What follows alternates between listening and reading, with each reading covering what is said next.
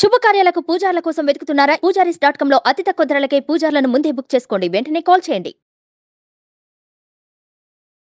అత్యంత బాలమతసీ కుసుమ ప్రకాశం దిగ్వాసనం కనకభూషణ భూషితాంగం విస్రస్తకేశమరుణాధరమాయతాక్షం కృష్ణం నమామి మనసా వసుదేవసూనుం. భాగవత కథా సుధా తరువాయి భాగంలోకి వచ్చాం. కృష్ణుడు సుధాముడికి అనేక రకాల వరాలిచ్చి అక్కడి నుంచి బయలుదేరాడు. బలరాముడితో కలిసి గోపబాలుడితో కలిసి మధురా నగరంలో తిరుగుతున్నాడనమాట. ఆ ముందుకు వెళ్తుంటే ఆయనకి ఒక అమ్మాయి ఎదురుపడింది. ఇది ఏంటంటే చేతిలో పెద్ద పాత్ర ఉందట. పాత్రలో పెద్ద పళ్ళె ఉంది. పళ్ళెంలో చిన్న చిన్న పాత్రలు చాలా ఉన్నాయి. ఆ పాత్రల నిండా మైపూతలు అంటే గంధాలు అనమాట. పైన రాసుకునేవి క్రీములు లాంటివి అనుకుందాం, లేదా గంధం అని కూడా చెప్పచ్చు. అయితే పాత్ర అది పుచ్చుకుని అట్లా మోసుకుంటూ వెళ్తుంది. దాని ఆమె ముఖం ఎంత అందంగా ఉందోట, మహాద్భుతమైన సౌందర్యంగా ఉంది. కానీ ఎలా ఉంది, ఎలా పొట్టిగా ఉందన్నమాట. ఆమెను చూసి కృష్ణుడు అడిగాడు అనమాట, ఓ పద్మాక్షి, ఎవరు నువ్వు? ఇవన్నీ ఎక్కడికి తీసుకెళ్తున్నావు? నీ పేరేంటి? ఇవి మాకు ఇస్తావా అని అడిగాడు. అవి ఇవ్వు, చక్కగా నువ్వు ఎంతో బాగుంటావు, నీకు బాగా మేలు జరుగుతుంది అన్నాడు. ఓ చక్కనిదానా అని పిలిచాడనమాట. పద్మాక్షి అని పిలిచేసరికల్లా ఆ అమ్మాయి ఏంది, ఓ సుందరంగా నువ్వు భలే అందగాడివి, కానీ నన్ను వేధించద్దు. ఎందుకంటే అందరికీ అందాలు ఎలా వస్తాయి? నన్ను త్రివక్ర అంటారు, నేను కంసుడి దాసిని. అచ్చమైన మైపూతలు అంటే చక్కటి క్రీములు తయారు చేస్తుంది అనమాట. ఇది మా రాజు నన్ను చాలా మెచ్చుకుంటాడు, మీరు కూడా పూసుకుంటారా ఈ క్రీములు అని అడిగేసరికల్లా అయితే ఆయన నవ్వుతూ ఏం చేశారంటే నవ్వుతూ చూస్తున్నాడు అనమాట. ఆమెను కేసి చూస్తుంటే ఆవిడ ఏం చేసింది, దగ్గరగా వెళ్ళింది. ఆ పళ్ళెం పుచ్చుకుని వాళ్ళ దగ్గరికి వెళ్తుంటే ఆమెకు మంచి సంతోషం కలుగుతోందట. నవ్వు, చూపులు, మనసు, అసలు వాళ్ళ నవ్వు మొహాలు, వాళ్ళు తన కేసు చూస్తున్నా అంటే ప్రేమగా చూస్తున్నారు అనిపిస్తోంది అనమాట. ఒక సంతోషం పట్టలేక ఏం చేసింది, ఆ మైపూతలు ఉన్నటువంటి పళ్ళాన్ని కాపింది, తీసుకోండి అని దగ్గరికి వెళ్ళింది.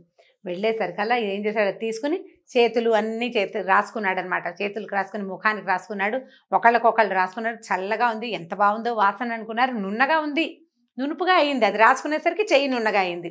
నవ్వుకున్నారు, అంతా సంతోషించారు. బాగా సంతోషించి ఆమె ఏమనుకున్నాడంటే, ఆయన పాపం ఇలా పొట్టిగా 3 వంకర్లు తిరిగిపోయి ఉంది గూని అమ్మాయికి. పొట్టిది, మోకాళ్ళ దగ్గర, నడుం దగ్గర, మెడ దగ్గర 3 వంపులు వచ్చేసినాయి అనమాట. వచ్చి భూమికి దగ్గరగా ఉంది. ముఖం అందంగా ఉంది, దానికి చేతిలో విద్య కూడా ఉంది. పాపం ఆకారం లేదు. అందుకని ఆమె దేహాన్ని సరిచేయదలుచుకున్నాడు.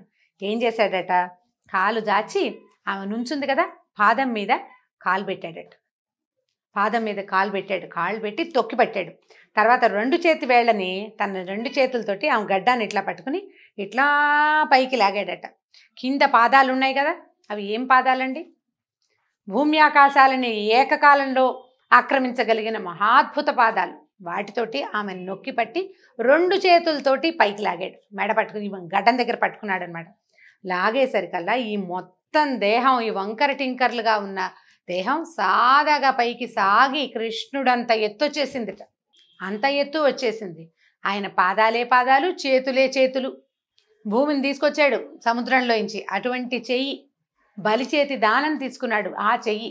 దాంతో ఈ 2 చేతులతోటి పట్టుకుని ఆమెను లేవనెత్తేశాడు.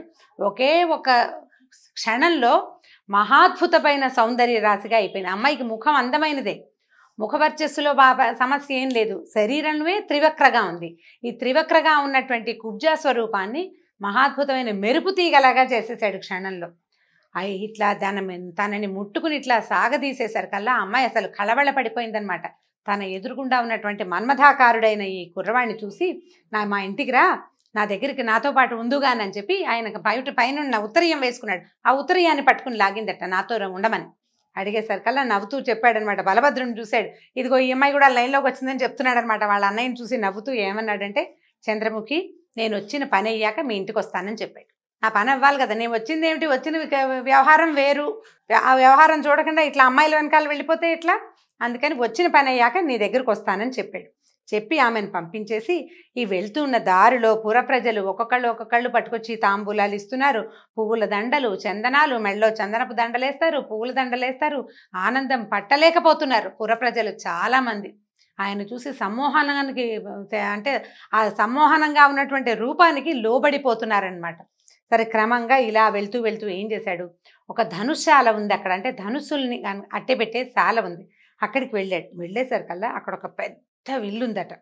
అది ఎలా ఉందంటే దేవేంద్రుడి ధనుసులాగా మిక్కిలి గొప్పదై మేటి వీరుల చేత సంరక్షింపబడుతున్నటువంటి దుర్భేద్యమైన పెద్ద ధనుసు. దాన్ని రక్షించే వాళ్ళన్నారు, బాబు వద్దమ్మా ముట్టుకోకు, పెద్దది బరువు మీద పడుతుంది అని చెప్తున్నారు, వద్దంటున్నారు వాళ్ళు.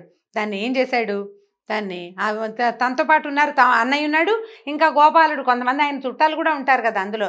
వాళ్ళందరూ ఇది నీకేం లెక్క, ఎత్తి చూడు బాగుందో లేదో ధనస్సు. మామూలుగా ధనస్సు లాంటివి ఆయుధాలు ఏవైనా సరే మా సామాన్య ప్రజ అయితే ఊరికే చూసి అబ్బా ఎంత పెద్దదో, ఎంత బరువు ఉంటుందో, దీని చక్రం ఎంత పదునుగా ఉందో అనుకుంటారు. అవి ధరించగలిగేవాడు అంటే వాటిని వాడగలిగే శౌర్యం ఉన్నవాడు వస్తువుని ఎత్తి చూస్తాడు కదా, ఎత్తి చూడాలి కదా, ధనస్సుని ఎత్తి చూసి దానికి ఇది సరిగ్గా ఉందో లేదో తెలుసుకోవాలి. గదలు ఉన్నాయనుకోండి, దాని బరువు ఎంత ఉందో ఎత్తి చూడాలి. ఏ వస్తువునైనా అంతే, ఒక బల్లె ఉంటే దాని పొడుగు ఎంత ఉందో అది కరెక్ట్గా మనం వేస్తే వాటంగా వెళ్తుందా వెళ్ళదా పరీక్షించాలి కదా. వీటి పిల్లాడు ముట్టుకుంటూ ఉంటే వాళ్ళు వద్దన్నారు, వద్దంటే మిగిలిన వాళ్ళు నవ్వారు, రాక్షసులను చంపిన వాడికి నీకో లెక్క అన్నారు. అనగానే ఏం చేశాడు, దాన్ని పట్టుకున్నాడు పైకి, ధనస్సును పైకెత్తి, ముందు ధనస్సుకి అల్లెత్రాడు కట్టి ఉండదండి, ధనుస్సు వంపే ఉంటుంది, తాడు ఒక పక్కన చుట్టూ ఉంటుంది. సాధారణంగా ఏం చేస్తారంటే ఈ ధనుస్సుని తీసేటప్పుడు దాన్ని పట్టుకుని ఆ పైన ఉన్న అల్లెత్రాటిని ఏం చేస్తారు, దాన్ని ఓడదీసి బిగిస్తారు. అప్పుడే కరెక్ట్గా ఈ ధనుస్సు తాలూకు షేప్ మనకి తెలుస్తుంది. తీసి దాన్ని తగిలించాడు, అల్లెత్రాటిని తగిలించి ఏం చేశాడు, నారిని లాగుతారనమాట. లాగితే దాన్ని ధనుష్టంకారం అంటారు, ధనుస్సు యొక్క శబ్దం. ఆ నారి గట్టిగా లాగి వదిలితే జమ్మని పెద్ద శబ్దం వస్తుంది. అయితే ఇప్పుడు దాని డిగ్రీ సరిగ్గా ఉండాలి, అది ఎన్ని కరెక్ట్గా కుదిరిందా లేదా, దాని కోణం సరిగ్గా ఉండాలన్నమాట. ఏదైనా తేడా ఉంటే విరిగిపోతుంది. అది పరీక్షించటం కోసం ఈయన లాగేసరికల్లా అది ఎట్లా ఉందంటే, లాగేసరికి ఒక మదపటేనుగు చెరుగడని విరిచినంత తేలికగా దాన్ని లాగి విరిచేశాడు. ఈ లాగేసరికల్లా మధ్యకి పట్టుకుమని విరిగిపోయింది. ధనస్సు విరిగేసరికల్లా ఎట్లాంటి శబ్దం వచ్చిందంటే మామూలు శబ్దం కాదు, అది చాలా పెద్ద ధనుసు, చాలా బరువైనది. అది లాగిన శబ్దానికే ఒక శబ్దం వస్తుంది, మెరుపులు ఉరుముతున్నట్టుగా ఉంటుంది. విరిగేసరికల్లా హడిలిపోయారు చుట్టుపక్కల జనం. ఈ యాగశాలలో ఉన్నటువంటి కంసుడికి భయం వేసింది, ఏంటో ఢామ్మని ఉలిక్కి పడ్డాడనమాట, భయపడిపోయాడు. అయితే వీళ్ళంతా ఏమనుకున్నారంటే, వాళ్ళ చుట్టూతా ఉన్న వాళ్ళంతా ఏమిటి ఈ పిల్లడు, వీడికి సందేహం లేదు, భయం లేదు, భక్తి లేదు, రాజుగారి ధనస్సుని విరిచేశాడు, ఇది సహింపరాని సాహస కార్యం, వీడిని పౌరుషంతో పట్టుకోవాలని చెప్పి ఆ చుట్టుపక్కల ఉన్న రక్షకులంతా వచ్చారు. వచ్చేసరికల్లా ఈ బలరాముడు ఈయన చేతిలో నుంచి ఆ విల్లు రెండో ముక్క లాగేసుకున్నాడు. విల్లు విరిగిపోయింది కదా, చెరుకో ముక్క పట్టుకుని ఆ ముక్కలతోటి వచ్చిన ఈ ధనుసుని రక్షించే వాళ్ళందరినీ చితకొట్టేశారట ఇద్దరు కలిసి. కొంతమంది పోయారు కూడా, పారిపోయిన వాళ్ళు పారిపోయారు, అక్కడే ఉన్న వాళ్ళు వెళ్ళిపోయారు అంతే. అక్కడి నుంచి ఈ విధంగా మధురానగర విహారం చేసి బయలుదేరి సాయంకాలం చీకటి పడకుండానే తమ విడిదికి వెళ్ళిపోయారు. ఈ వెళ్ళిన తర్వాత ఆ రాత్రి గడిచింది. మర్నాడు సూర్యోదయం అయింది. సూర్యోదయ వర్ణన, రాత్రి వర్ణన, బోల్డని వర్ణనలు ఉంటాయి, చాలా వర్ణిస్తారు పోతన్ గారు. ఓపికంటే నిదానంగా చదవగలిగితే అబ్బో బ్రహ్మాండంగా ఉంటుంది, చాలా బాగుంటుంది. మనకంత సమయం లేదు కదా, కాలాతీతం అయిపోతుంది. అక్కడి నుంచి పొద్దున్నే సూర్యోదయం అయ్యేసరికల్లా కంసుడు మల్ల యుద్ధానికి సిద్ధం చేయించిన క్రీడారంగం చాలా బాగా అరేంజ్ చేశాడండి. మధ్యలో మల్ల యుద్ధం జరుగుతుంది, చుట్టూతా ప్రజలంతా కూర్చుని ఈ యుద్ధాన్ని చూడడానికి వీలుగా చక్కగా ఏర్పరిచారు. కమ్మని కస్తూరి జలంతో బంగారు అనే మట్టి పరిపించారట అక్కడ. అంటే మల్ల యుద్ధం చేసేటప్పుడు కింద ఇసుకలో యుద్ధం చేస్తారు, ఆ మట్టిని మెత్తటి మట్టి తెప్పించారట, బంగారపు రంగు మట్టి, అందులో బురద గిరద లేవు, రాళ్ళు రప్పలు లేవు, నీట్గా క్లీన్గా జల్లెడ పట్టిన రజన్ లాంటి మెత్తటి మట్టి. అక్కడి నుంచి కస్తూరి జలంతో తడిపారట, చుట్టూతా గంధపు కర్రలతోటి కంచెబెట్టారట, గొప్ప గొప్ప పూలదండలు, అలంకారాలు ఎన్ని చేశారో, అంటే బ్యూటిఫుల్గా కనపడుతోంది అనమాట. ఎడదెగని వాద్యాలు అంటే డమడమడమ మోగుతున్నాయి అనమాట. పుర ప్రజలంతా ఈ మల్ల యుద్ధం జరుగుతుంటే ఆసక్తిగా ఉంటుంది, అప్పట్లో అవే ఉండేవి మరి ఆసక్తిదాయకమైన క్రీడలు. అందరూ అక్కడికి చేరారు, జనం అంతా సిద్ధంగా ఉన్నారు. ఈ కంసుడి తాలూకు సైన్యం అంతా రెడీగా ఉందన్నమాట, జరగబోయే యుద్ధానికి, ఆ తర్వాత జరగబోయే ఉత్పాతాలకి సన్నద్ధంగా ఉన్నారు. ప్రజలంతా ఉత్సాహంగా చూస్తున్నారు, ఏం జరుగుతుందో, ఏం చేద్దామో చూద్దామని. సరే ఇప్పుడు ఏమైందట, మల్ల రంగానికి దగ్గరలో ఉన్నతాసనంలో, ఒక పెద్ద ఆసనంలో కంసుడు తన మంత్రులతో సామంతులతో వాళ్ళంతా తనని సేవిస్తుండగా అందరూ నమస్కారం అంటుంటే ఈయనకు లోపల మాత్రం భయం వేస్తోందనమాట. ఖేదంతో ఏం జరగబోతోందోనని, తన మృత్యువు సమీపంలోనే ఉందేమోనన్న భావంతో లోపల బెదురుతున్నాడు. పైకి గాంభీర్యాన్ని నటిస్తూ అందరి సేవలు అందుకున్నట్టుగా గంభీరంగా కనపడుతున్నాడు అనమాట. సమస్త సముద్రాలు ఉన్న మొలనూలుగా ఉన్న భూమండలాన్ని మోయడం మానుకుని నడిచొస్తున్నట్టుగా ఉన్నారట. కులపర్వతాలే నడిచొచ్చేస్తున్నట్టుగా ఉన్నటువంటి మల్లురు.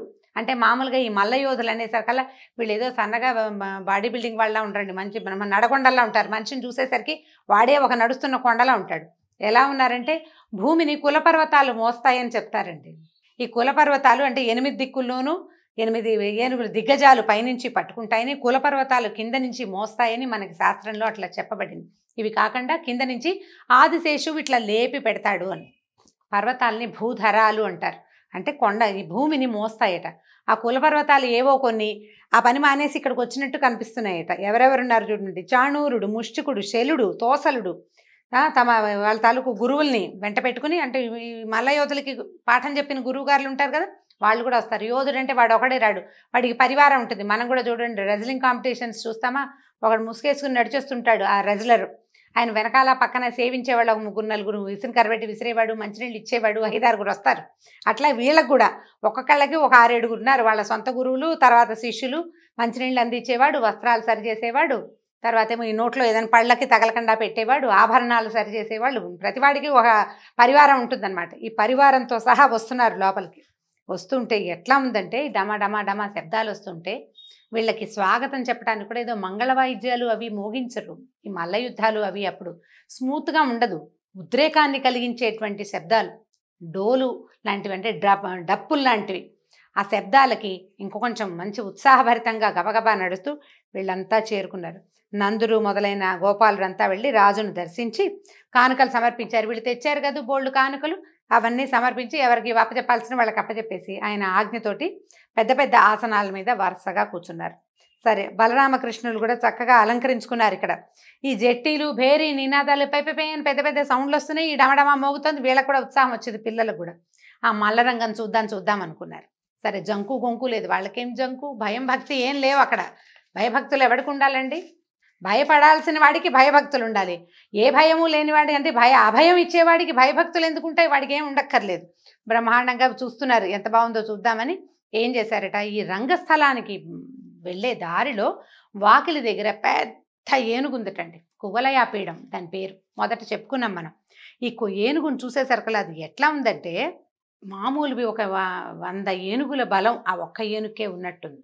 దాని వెనకాల ఓ 10 ఏనుగులు నిలబడ్డా కనపడవు. అదంత పెద్దదనమాట. అంత బ్రహ్మాండంగా ఉంది. విపరీతమైన మదం. దానికి మొహం మీద నుంచి చెమట కారుతూ ఉంటుంది. ఏనుగులు మదం ఎక్కి ఉండటం అనేది ఒక పదం అండి. అయితే మనం ఇప్పుడు దాన్ని ఒక బ్యాడ్ వర్డ్ కింద భావిస్తాం. మదం ఎక్కి ముందు వీడికి అంటే అదేంటో బ్యాడ్ థింగ్ కాదండి. అది నిజంగా ఏంటంటే అది జంతువులలో ఏనుగులకి వచ్చేటువంటి లక్షణం. చెమట పోస్తుందన్నమాట. ఆ చెమట పోసినప్పుడు ఏమవుతుంది, ఒక మంచి సుగంధమైతే బ్యాడ్ స్మెల్ రాదు ఏనుగుల చెమట నుంచి. అది క్రమంగా ఏమవుతుంది, అది ఉద్రేకం పెరిగిన కొందికి దానికి కోపము, చికాకు వస్తాయి. దానికి కావాల్సింది దొరికితే కానీ అది ఊరుకోదన్నమాట. ఆ ఏనుగులకు వచ్చే ఉద్రేకాన్నే మదం ఎక్కటము అనే పదం.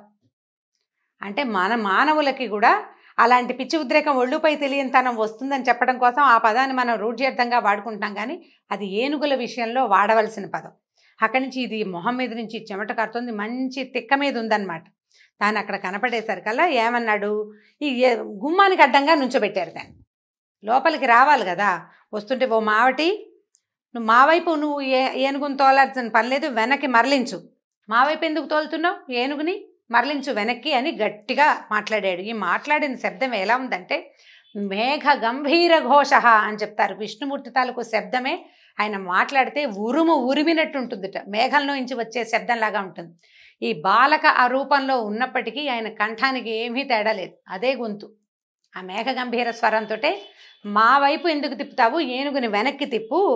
ఒకవేళ నా వైపు కనుక నువ్వు ఢీ కొట్టించడానికి ప్రయత్నం చేసావా, పిడికిరి పోట్లతో నిన్ను కూడా కైలాసానికి పంపిస్తానని చెప్తున్నాడు. యముడి దగ్గరికి వెళ్తారు మీరు, ఇది తథ్యం, మరలించు వెనక్కి అన్నాడు. అనేసరికల్ వాడు ఆగల. ఆ మావటివాడు దాని మీద కూర్చున్నవాడు. వాళ్ళు ఏం చేస్తారంటే చిన్న ఇంతది ఉంటుందండి, అంకుశం అంటారు. అంత పెద్ద ఏనుగుకి అంకుశమే చాలు. అలానమంటారు. అంటే ఏనుగుని కట్టే స్తంభాన్ని అలానమంటారు. ఈ అలానం అక్కడే ఉంది సరిగా వీళ్ళు ఎక్కడైతే ఏర్పరిచారో ఈ మల్ల యుద్ధపు పోటీలు దాని కట్టే స్తంభం అక్కడే ఉంది, అందుకని అది అక్కడే నుంచుంది. ఈ పైన ఉండేవాడికి ఇంతే ఉంటుంది సన్నగా, అది దానికి ఒక కొస ఉంటుందన్నమాట. దానికి కుంభస్థలం దగ్గర పొడుస్తారు. ఆ పొడిచే పోటు తాలూకు ప్రెషర్ని బట్టి ఏం చెయ్యాలో ఏనుక్కి తెలుస్తుంది అనమాట. ఈ పైన ఉన్నవాడు ఎదురుగుండా వస్తున్న వాళ్ళ మీదకి వెళ్ళు అని సంకేతం చెప్తున్నాడు దానికి, అది వీళ్ళ మీదకి వస్తుంది అనమాట. ఇప్పుడు ఎప్పుడైతే కృష్ణుడు ఇతన్ని వద్దని చెప్పాడో, మా వైపు చేయొద్దు నువ్వు పక్కకి మరల్చు వెనక్కి మరల్చమని చెప్పినా వాడు వినకుండా ఇంకొకసారి దెబ్బ కొట్టి అంకుశంతో దాన్ని ఈయన వైపుకి వీళ్ళ వైపుకి మరలించాడు, వీళ్ళ మీదకి ప్రేరేపిస్తున్నాడు అనమాట, వెళ్ళి కొట్టేసేయమని. దాంతో ఏం చేశాడంటే జుట్టు చక్కగా మూడేసుకుని ఉన్నాడు, దాన్ని ముడి ఇంకొంచెం బిగించుకున్నట్ట కృష్ణుడు. పీతాంబరాన్ని గట్టిగా బిగించి కట్టుకున్నాడు, పంచ కట్టుకుని ఉన్నాడు కదా పసుపచ్చది, దట్టి బిగించాడనమాట. మంచి మొహం మీదకి ఇట్లా జుట్టు పడుతోందట ముంగురులు. ఆ పడుతున్న జుట్టుని వెనక్కి తోసుకున్నాడు. వెనక్కి తోసి ఏం చేశాడు, అబ్బో శబాష్ శబాష్ అంటున్నారు చుట్టుపక్కల చూసేవాళ్ళు. ఇప్పుడు దట్టి బిగించటము అనగానే ఒక యుద్ధానికి సిద్ధం అవటం, సన్నద్ధం అవటం అనే క్రియ. మామూలుగా ఉండేవాడు మామూలుగానే వెళ్తాడు, జుట్టు బిగించాడు, గోచి బిగించడం అనేది మనం ఇప్పుడు కూడా వాడుకుంటూ ఉంటాం. యుద్ధానికి వెళ్లే ముందు చేసేది అది. మిగిలిన వాళ్ళకి అర్థమైంది ఇతను దాన్ని ఢీకొనబోతున్నాడు అనేది అతని చుట్టుపక్కల వాళ్ళకి, చుట్టూతా ఉన్న ప్రజలకి కూడా అర్థమైంది. ఏం చేశాడు, ఎట్లా ఉందంటే కొండలని పిండి చేయగలిగేంత సత్తా ఉన్నటువంటి ఆ ఏనుగుని దగ్గరికి వెళ్ళేటట్టు దాన్ని సమీపించాడు. మావటివాడు బాలుడు చిన్నపిల్లాడు అని సందేహించకుండా కరుణ లేదు వాడికి. కంసుడి ఆజ్ఞానుసారి అయి ఈ గోపకుల శ్రేష్ఠుడైన శ్రీకృష్ణుడి మీదకి దీన్ని ఏనుగుని పూర్తిగా తోసేశాడు. పద వెళ్ళు ఢీకొట్టమని దానికి ఆజ్ఞ ఇచ్చేశాడు. పైనుంచి పొడిచాడనమాట, ఆయన మీదకి నడిపించేసరికల్లా ఇక ఏమైంది, ఇంకా అక్కడ చుట్టుపక్కల వాళ్ళ అంటే ఈ ఏనుగుల తాలూకు కాపలా వాళ్ళు మావటి వాళ్ళు ఉంటారు కదా, వాళ్ళంతా కూడా చప్పట్లు కొట్టి ఈ కువలయాపీడాన్ని ప్రోత్సహించారు. సాధారణంగా ఏనుగుల ప్రోత్సాహం దేని మీదకి ఉంటుంది, వ్యక్తుల మీదకి ఉండదండి ఎప్పుడూ కూడా. ఇప్పుడు ఒక ఏనుగుని ఎందుకు పోషించేవాళ్ళు, రాజులు యుద్ధం కోసం పోషించేవాళ్ళు. ఆ యుద్ధం ఎలాంటప్పుడు ఎలా జరుగుతుంది, అవతల కూడా ఏనుగు ఉండాలి, దాన్ని ఢీకొట్టమని ప్రోత్సహిస్తారు, అప్పుడు ఏనుగు వెళ్తుంది. ఈ ఎదురుగుండా ఉన్నవాడు ఏనుగు కాదు, దానికి సగం సైజులో కూడా లేని బాలకుడు. ఇప్పుడు ఒక పిల్లవాడి మీద ఒక మనిషి మీదకి దాన్ని ప్రేరేపించడం అనేది దానికి అలవాటు లేని పని, అది చెయ్యదు. ఏనుగులకు కూడా కొంత బుద్ధి ఉంటుంది కదా. ఇప్పుడు దాన్ని ప్రేరేపించాలంటే మావటివాడు ఒకడు గుచ్చితే కొంచెం దగ్గరికి వెళ్తోంది కానీ జోరోమని పడిపోవటల. అదే ఎదురుగుండా ఉన్నది ఏనుగైతే ఈ వాటికి ఎప్పుడో కొట్టేసేది. అది ఎందుకు కొట్టలేదంటే ఎదురుగుండా ఉన్నవాడు వ్యక్తి అని బాలుడని దానికి తెలుసు. దాన్ని మరింత ప్రేరేపించడానికి చుట్టుపక్కల ఉన్నటువంటి మావటులంతా కూడా చప్పట్లు కొట్టి దాన్ని ఎగసన దోశారు, వెళ్ళు కొట్టేసేయమని. పైన వాడి మాట పూర్తిగా అది వినదు. ఎప్పుడు వింటుంది, ఎదురుగుండా ఉన్నది ఏనుగైతే లేదా అది యుద్ధరంగం అయితే. ఇక్కడ ఆ పరిస్థితి లేదు కదా. దాంతో ఇది ఏం చేసింది, ఎట్లా అంటే ఒక్కసారి తుళ్ళిపడింది చప్పట్లు వినేసరికల్లా, పద అని ఎగసన దోసేసరికల్లా. దాంతో మృత్యుదేవతలాగా కాలపురుషుడిలాగా యముడిలాగా శ్రీకృష్ణుడి మీదకి దూకిందట ఏనుగు. దూకేసరికల్లా పైగా దీని మొహం మీద నుంచి మదజలం వస్తుందా, అది ఎట్లా ఉంటుందంటే అరటి పువ్వుల వాసన వస్తుందటండి ఏనుగు మదజలం. ఎవరైనా కావ్యాలు అవి చదివిన వాళ్ళకి తెలుస్తుంది. దీన్ని ఇలాంటి విషయాన్ని కాళిదాసు ఎన్ని చోట్ల వర్ణించాడండి. కుమార సంభవం రఘువంశం కావ్యాల్లో కనపడుతుంది అనమాట. ఏనుగుల ముఖం మీద నుంచి వచ్చే ఈ మదజలపు వాసన ఒక రకమైన పువ్వుల వాసనని పోలి ఉంటుంది. అది కూడా అరటి పువ్వుల వాసన అని చెప్తారు. వాటికి తుమ్మెదలు తిరుగుతాయి పువ్వుల మీద. ఈ మదజలాన్ని కూడా ఈ పువ్వుల వాసనగా భ్రమపడి ఈ తుమ్మెదలన్నీ తిరుగుతూ ఉంటాయి. ఈ తుమ్మెదలు తిరిగేసరికల్లా తుమ్మెదలు తిరిగిన కొందికి అవి చెవి దగ్గర మొహం మీద ఎక్కాయి కదా నీళ్లు గారేది, అవి గొయ్యి అని తిరుగుతుంటే ఆ జంకారానికి దానికి ఇంకా తిక్క పుట్టిపోతుంది అనమాట. ఇంకా అహంకరించింది. ఏం చేసింది, తర్వాత ఘీంకారించింది, పెద్దగా ఘీంకారం చేసింది. తన తొండంతో ఎట్లా ఉందంటే తొండం ఆదిశేషుణ్ణి కూడా నిర్లక్ష్యం చేయగలిగే తొండం అట. అంత పెద్ద ఏనుగు అనమాట. సౌరిని పట్టుకుందట. ఈయనెక్కడ ఆయన లొంగుతాడు దానికి. అటునిటు ఏం చేశాడంటే రాహువు ముఖంలోంచి తప్పించుకునే బాలభాస్కరుడిలాగా ఎగిరి దాని కాళ్ళ మధ్యలో దూరిపోయాడు. ఒక దూకాడు పక్కకి, కాళ్ళ మధ్యలోకి వెళ్ళిపోయాడు. ఇక ఎవరినైతే తను యుద్ధం చేయడానికి బయలుదేరిందో, ఎవరిని పట్టుకోవడానికి ప్రయత్నిస్తుందో ఆ పిల్లాడు కనపడకపోయేసరికల్లా దానికి కోపం వచ్చేసింది, ఏనుగుకి తెక్కొచ్చేస్తుంది అనమాట. అటు ఇటు తిరిగి చూసింది. కాళ్ళ మధ్య ఉన్నవాడు ఎట్లా కనపడతాడు, ఏనుగుకి అంత సూక్ష్మ దృష్టి లేదు, చుట్టుపక్కల చూడగలుగుతుంది. దాంతో వాసన పసిగట్టింది, కాళ్ళ మధ్య ఉన్నాడని తెలుసుకుని ఏం చేసింది, తొండాన్ని కిందకి వంచి మెడ పట్టుకోవటానికి ప్రయత్నం చేసింది. చేసేసరికల్లా ఆయన ఏం చేశాడు, వెనక వైపుకి వెళ్ళిపోయాడు. దాన్ని తోక పట్టుకున్నాడు. ఏనుగుకి తోక సన్నగా ఉంటుంది, దాని శరీరానికి దాని తోకకి సంబంధం ఉండదు. ఏం చేశాడు, దాన్ని పట్టుకోవటం ఏమిటి, అంతకుముందు చాలాసార్లు ఆయన ఆవు దూడల్ని వాటిని వీటిని ఎత్తి విసిరేశాడు, గుర్రాన్ని విసిరేశాడని కూడా విన్నాం. అంత ఏనుగుని తోక పట్టుకుని విసిరేశాడట, గిరగిరా తిప్పి విసిరేశాడు. ఇక అటు ఇటు పక్కకు పడేసరికల్లా ఏనుగు దానికి తిక్క మీద ఉంది, పైగా వీడిని కొట్టాలి అని ప్రోత్సాహం ముందే పొందింది. అది ఇతనే పట్టుకున్నాడని, తన కాళ్ళ మధ్యలో నుంచే వెళ్ళాడని అది తెలిసింది కదా, ఆ వాసన ఒకటి తెలుస్తుంది, ముఖం గుర్తుపడుతుంది. దాంతో కింద పడినా సరే అది మళ్ళీ పరిగెత్తుకుంటూ వచ్చిందట. ఇక తను కుడివైపుకి తిరిగితే ఎడం వైపుకి తిరిగి, అది ఇటు వస్తే అటు వచ్చి దొరకకుండా దాన్ని నానా తిప్పలు పెట్టి దానికి రొప్పి వచ్చేసింది, ఆయాసం వచ్చేసింది. కోపం ఉన్నప్పుడు ఆయాసం ఎక్కువ వస్తుంది జంతువుకైనాను. తను అనుకున్నది జరగకపోతే జంతువులకు కూడా కోపం వస్తుంది. ఇక అటు తిరిగింది ఇటు తిరిగింది. ఇంకా ఏం చేశాడట ఈయన, ఒక్కసారి ఎగిరి కుంభస్థలాన్ని భేదించాడు, మొహం మీద కొట్టాడు 2 పిడుగుద్దులు. కొట్టేసరికల్లా ఈ ఏనుగుల కుంభస్థానంలో ముత్యాలు ఉంటాయటండి, రత్నాలు కూడా ఉంటాయి. ఇది కూడా మనకి కావ్యాల్లోనే కనపడుతుంది. సాధారణంగా ఇప్పుడు మనం మామూలు వాళ్ళంటే ఏమనాలి, మన ఛానల్స్లో చూస్తుంటాం కదా, అబ్బాయి అలాంటివి ఏమి ఉండవండి అంటారు. ఉండకపోవచ్చు, కానీ పాతకాలపు ఈ పుస్తకాల్లో కానీ మనకి పురాణాల్లో కానీ కావ్యాల్లో కూడా ఏనుగు కుంభస్థలంలో ముత్యాలు అవి ఉంటాయని, మంచి ముత్యం ఏనుగు కుంభస్థలంలోనే దొరుకుతుందని చెప్తారు. ఈ కొట్టేసరికల్లా దాని ముఖం మీద నుంచి ఇది పగలంగానే ఎలా అయిందంటే, ఇట్లా ఎగిరిపోయిన ముత్యాలు, కుంభస్థలం పగిలి ఎగిరిన ముత్యాలు దాని కుంభస్థలపు తాలూకు నెత్తురు తగిలి రత్నాల్లాగా మెరుస్తూ అటు ఇటు పడిపోయినాయట. కొట్టేశాడు, బాగా పడిపోయినాయి దెబ్బలు. ఒకే ఒక పెద్ద కేక ఘీంకరిచ్చింది, చావు కేక అనమాట. అదేదో శౌర్యంతో ఘీంకారం కాదు, శక్తిని కోల్పోయి ఈ మొహం పగిలిపోయేసరికల్లా తొండం వేళ్లాడిపోయింది. ఎలా అయిందంటే అది తామరతూడులాగా వేళ్లాడుతూ పడిపోయిందట కిందకి. ఈ చుట్టుపక్కల వాళ్ళంతా పరమాశ్చర్యం పొందారు. ఈయన ఏం చేశాడు, దీని కింద పడంగానే దాన్ని ఏంటంటే, ఏనుగులకి వాటి బలము వాటి మదము వీటిలలో ఉంటుంది, ఏనుగు దంతాల్లో. దాన్ని ఏం చేశాడు, గట్టిగా మీదకి మెడ దగ్గర కాలేసి దంతాలు ఊడబెరికేశాడు. ఊడబెరికిన దంతంతో కొట్టాడు 4-5 దెబ్బలు. మొహం పగిలితే చచ్చిపోలే, అది వడిలిపోయింది, దానికి నొప్పి పుట్టి బాధతోటి పడిపోయింది కిందకి. కొట్టి ఏం చేశాడు, ఇంకో దండం కూడా లాగేశాడు, 2వ దంతం కూడా లాగేశాడు. ఆ లాగిన దంతంతో ఆ చుట్టుపక్కల ఉన్న మావటి వాళ్ళంతా ఆశ్చర్యంగా చూస్తూనే ఉన్నారు. పటాపటా కొట్టేశాడు. మధ్యలో బలరాముడు కూడా 2వ దంతం లాక్కుని ఆయన కొట్టేశాడు. ఇద్దరు కలిసి చేరుకో దెబ్బ వేసి మావటి వాళ్ళందరినీ సంహరించేశారు. ఎందుకంటే బాలుడు వీడి మీదకి పంపించడం ఏమిటని ఇంగితం లేదు వాళ్ళకి. ఒక రాక్షస రాజుని అనుసరిస్తూ అతని రాక్షస పాలనలో ఉంటూ వీళ్ళకు కూడా రాక్షస ప్రవృత్తి వచ్చింది. ఇంత నడగొండలాగా ఉన్న ఏనుగు బాలుర సమూహం మీదకి పంపటం ఏమిటి అనే చిన్న ఆలోచన చేయని వాడు మనిషి అయినా రాక్షసుడితోటి సమానమే. దాంతో మొన్న మావటి వాండ్రందరినీ సంహరించేశారు. చెరొక దంతాన్ని భుజం మీద గదల్లాగా వేసుకుని ఏం చేశారు, గోపాలకులందరూ తమని అనుసరించి వస్తుండగా మల్ల యుద్ధం జరుగుతున్నటువంటి రంగస్థలానికి ప్రవేశించారు. కువలయాపీడ వధతోటి ఈరోజు భాగం సమాప్తం. వచ్చే భాగంలో మళ్ళీ రేపొద్దున కలుసుకుందాం. నమస్కారం.